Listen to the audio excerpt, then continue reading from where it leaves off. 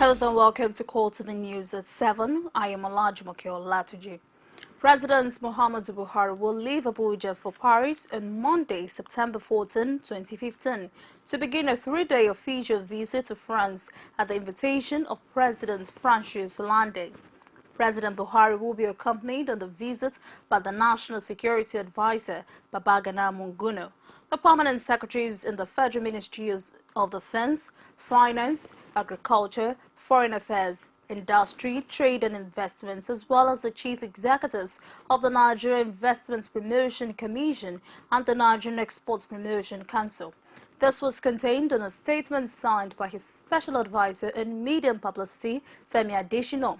The president, according to the statements, will hold talks in Paris with President Hollande and other senior French government officials and will focus on the strengthening and consolidation of ongoing bilateral cooperation between Nigeria and France in the areas of defense, security, trade and investment. The president will also visit the headquarters of MEDEF, France's largest Federation of Investors and Employers, where he will participate in the France-Nigeria Investment Forum with leading Nigerian and French entrepreneurs.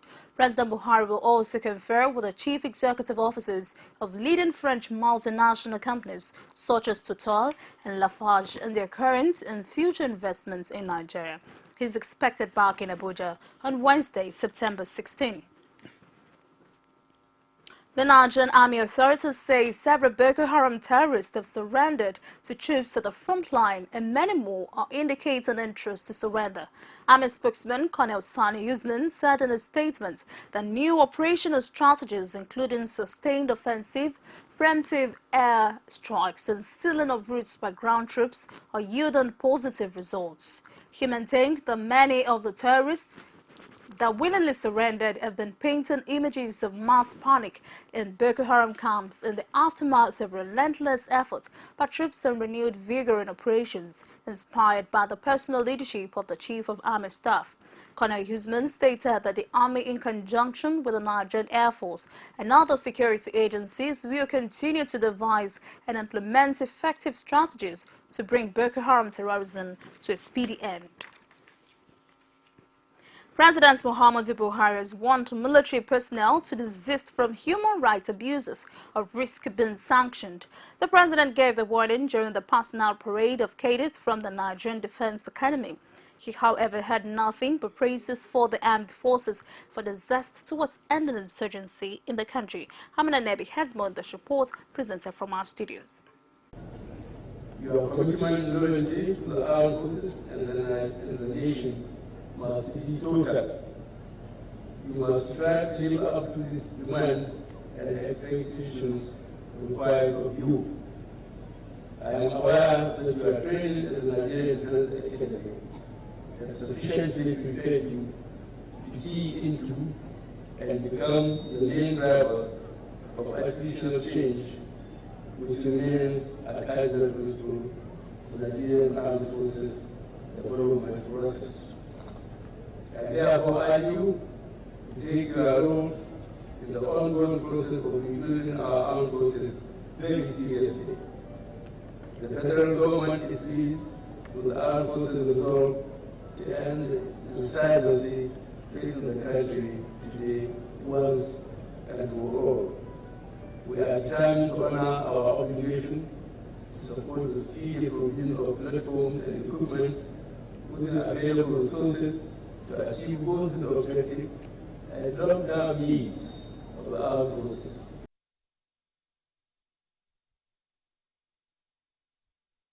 In a bid to inspire a new crop of visionary elites in the country, Vice President Yemi Osinbajo has called on Nigerian leaders to aspire to win the people's heart rather than enrich themselves with state resources.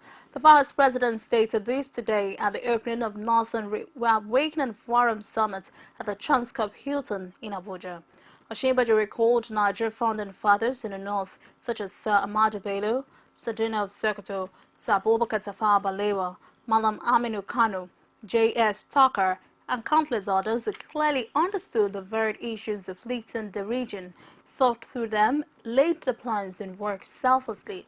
He commended the present crop of Nigerian leadership to such selflessness and vision.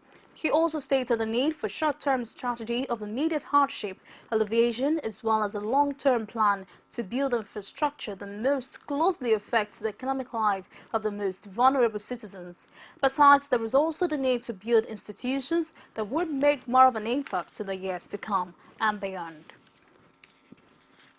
Consumer Protection Council has summoned 3 top executives of VIP Express Tourism Limited to answer to allegations of gross abuse of the rights of its customers. Those summoned include the Chief Executive Officer, Samuel Owasheni, and Isaac Omadbemi. They're expected to appear before the Council on Monday, September 14. The trio will, according to a statement issued by the Council, testify, make depositions and give evidence in relation to allegations of reneging on terms of subscription agreement to its hospitality packages with customers. Other complaints include exerting undue influence of subscribers, as well as taking undue advantage of them by misleading them with misinterpretation of facts. The Coalition Against Corrupt Leaders has condemned the position of governors in the ruling All Progressives Congress for rejecting public declaration of their assets as President Muhammadu Buhari and Vice President Yemi Osinbajo have done.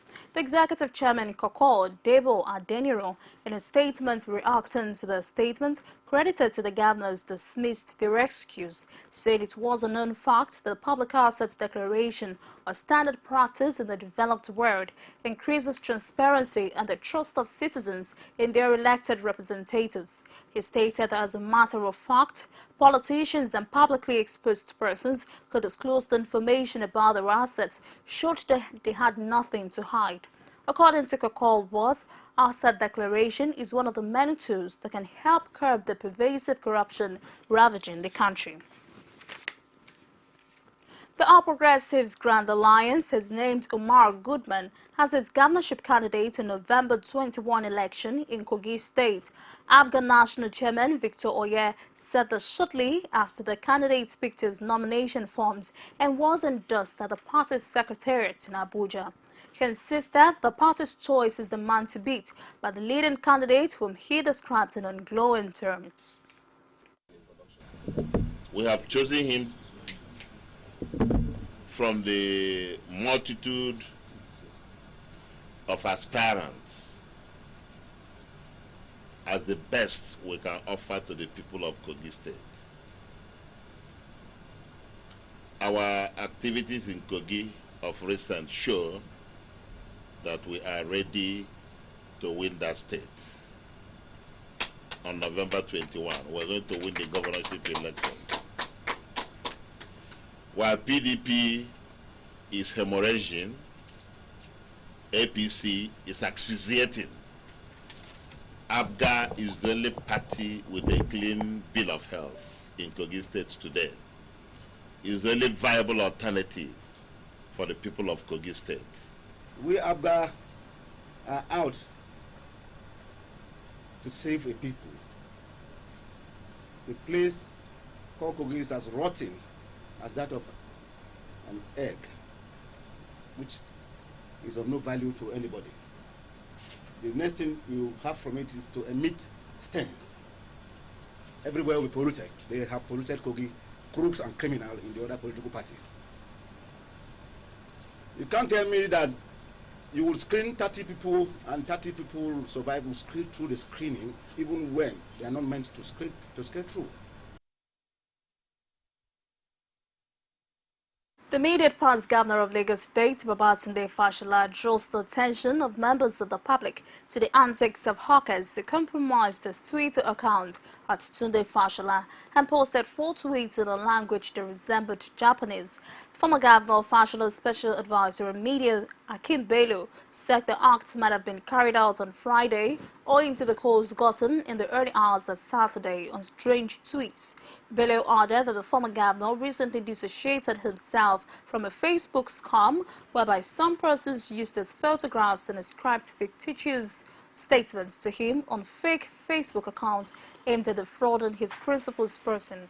He stressed that the call became necessary for the opportune time in view of the activities of scammers who have been issuing out series of Facebook comments and information in his name with the intention of duping unsuspecting members of the public.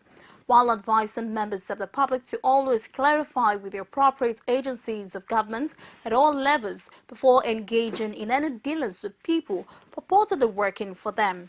The media advisor to the former governor of Lagos State urged citizens to report to the law enforcement agencies so that those involved in the nefarious acts would be made to face the wrath of the law. You're still watching CoreTV News at 7. We'll take a break now. I'll be back on my stories. Please stay with us. Hurry! You too could win millions in the Peak Reach for Millions promo. Join our winners in the Millionaires Club. Just buy any Peak milk, check for the code, starting with BN on the pack, and text the code to 55331. P, it's in you. Is it what crazy? Or autocracy? Or what type of crazy is that? Except crazy. News making the headlines. Black Maria is to carry criminals, trading looters that are in government today. Sometimes it gets confrontational. Slap you in the face. Excuse me, don't put words into my mouth. Whatever it is that will bring our military to disrepute, I say to hell. On Core Digest, I want to know why I should be believing them. every weekday, we bring all of these together and take them to the court of public opinion. Everybody have your right in Nigeria. Where you are the judge. Thank you for joining us again. For more news and other programs, please visit our Facebook page at www.facebook.com/CoreTV News. You can follow us on Twitter at CoreTV News NG. Also visit our YouTube channel at youtube.com/CoreTV, give a space, the news. Vanguard columnist Donu Kogbara, who was kidnapped about 2 weeks ago, has regained her freedom. Donu Kogbara was kidnapped on August 30 at the Nkwogu residence in the CRV jeep. An outcry followed her adoption, with local and foreign media calling for her release, just as the Rivers State government and the police authorities assured she will regain her freedom. Cabrera was set free midnight after spending 13 days in captivity.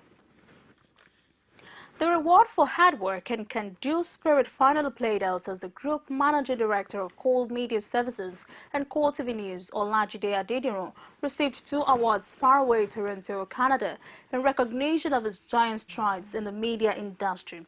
CoreTV News, Adeyemi Aziz, has more in this report presented from our studios.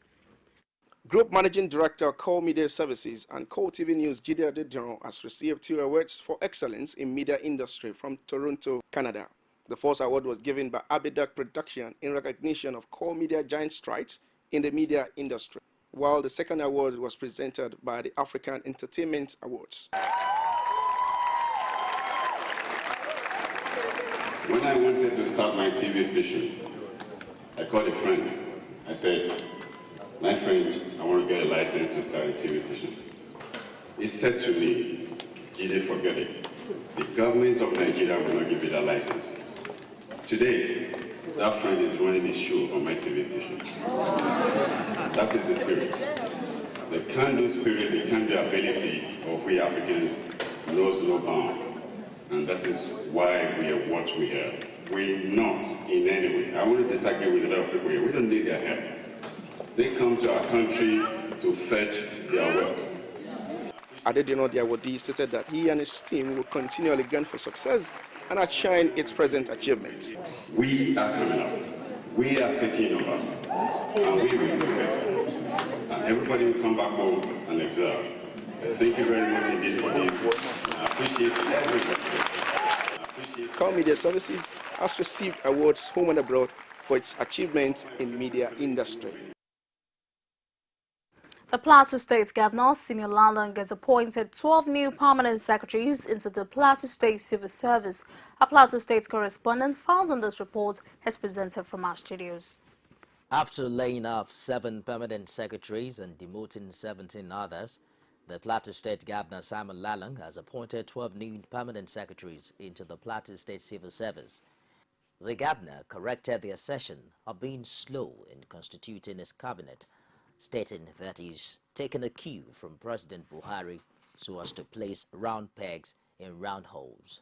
Your portfolios and responsibilities. Let me reiterate that our underlying philosophical approach to development is people-oriented and people-centered. This implies that our policies, being a deliberate course of action to achieve set goals for the common good of the people, cannot be handled with impunity. Our performance in the short, medium, and long terms will be measured through laid down timelines for our 5-point agenda, which you should acquaint yourself with.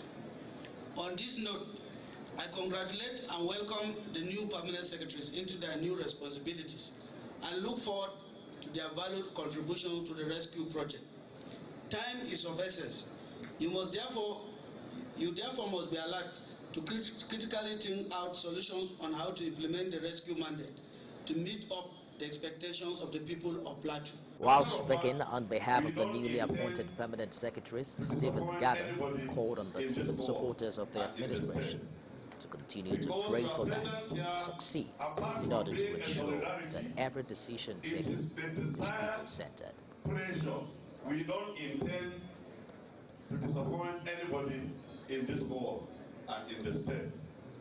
Because your presence here, apart from being a solidarity, it is the desired pressure on us to do that which is right. And therefore, we fall back on you again for prayers. That with your prayers and with your physical advices, we will do that which is right for the benefit of the people of Plateau State. Mr. Governor, we thank you, ladies and gentlemen. Thank you. Those who attended the swearing-in ceremony added their voice to the call for patience, stating that Governor Lalong will deliver on his mandate. This governor is a man who places round pegs in round holes. You can see from what he has just done in today. He is somebody who doesn't work on assumptions, on rumor, on side talks. He goes directly to where the issue is really boiling, and he pins the thing down to the board, exactly as he said.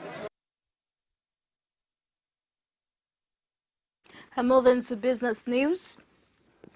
The Consumer Protection Council of Nigeria has launched an investigation into the high cost of electricity by distribution companies with a view to putting an end to high tariffs.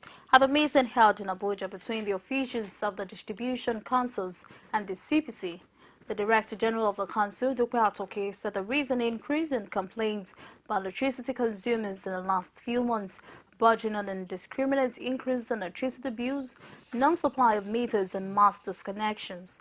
Atoke said the CPC would not hesitate to sanction distribution companies found guilty of the allegations brought against them. In a bid to improve media-scale businesses and the economy of the state, the state government has signed a memorandum of understanding with an indigenous company for the supply of megawatts of alternative power source. This development was set to improve medium and small-scale business in the state as part of efforts to boost the economy. Our correspondent Rashid has more. The epileptic power supply being experienced in different parts of the country has resulted to closure of many businesses, while those who are still in business run it at a very high cost. Recently, there has been improved power supply in some parts of the country, but this seems not to be the case in Ekiti State. It is on this premise that the state government signed a memorandum of understanding with an indigenous firm for the provision of an alternative power source to the tune of 1.15 megawatts within a period of 20 years. A representative of the state government described the partnership as timely. We want to plead with you that you complete this project in record time. We are happy that you are giving us a 20-year period of initial commitment. We are excited about it. The technical director of the project, Tassos Zazali, appreciates the state government's gesture towards ensuring an enabling environment for the project in Ekiti State. The 1 megawatt will be powered the Benin distribution company net, and all the people that need near this area the power, they will get it. The state is giving 15,000 square meters of land here. 1 megawatts of the generated power will be used for public consumption, while 150 kilowatts will be dedicated to the state's broadcasting station. With the latest development, Ekiti residents eagerly await a new dawn and an end to persistent darkness. Rashid, CoreTV News, Ado Ekiti. And outside Nigeria, the huge influx of migrants into southern Germany has continued unabated, with the Munich authority now saying 13,000 arrived on Saturday. The city authorities, however, have again warned that they are the limit when it comes to coping with the numbers.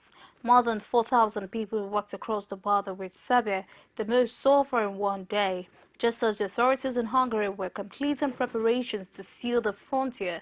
Europe as a whole is struggling to deal with an enormous influx of people, mostly from Syria, but also Afghanistan, Eritrea and other countries fleeing violence and poverty.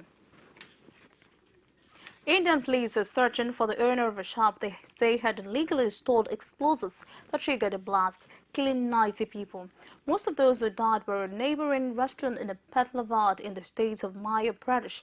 Police earlier thought a faulty gas cylinder in the restaurant was to blame, but now say the blast was caused by illegally stored mining explosives. The restaurant was packed with workers and school children eating breakfast. Several dozen people were injured in the blast, and district police official Sima Alava said the shopkeeper, named as Rajendra Kashava, had a license for explosives for digging wells, construction and mining. However, he had stored them in an unauthorized way in a residential area and was being sought on suspicion of culpable homicide. And in sports, Jose Mourinho insisted there is no one better than him to lead Chelsea, despite the champions' worst start to a top-flight season in 29 years. Former England striker Chris Sutton warned Chelsea were going backwards after their third defeat of the season. And finally, Lionel Messi celebrated the birth of his second son with a winning goal as Barcelona went top of La Liga with a 2-1 win at Atletico Madrid. Mexico has now scored on Barca's first 2 league games, started on the bench after missing training on Friday to be with his new baby boy, Mateo. Atletico went ahead 6 minutes after the break when Fernando Torres rolled in a shot, but Neymar equalized. Messi then grabs the win after being set up by Luis Suarez. It was the Argentina's international 287th La Liga goal for Barcelona, extending his lead as the competition's all-time top scorer. But that's it to wrap on CoreTV News at 7. Many thanks for watching. I am Olajimoke Olatunji. Good evening.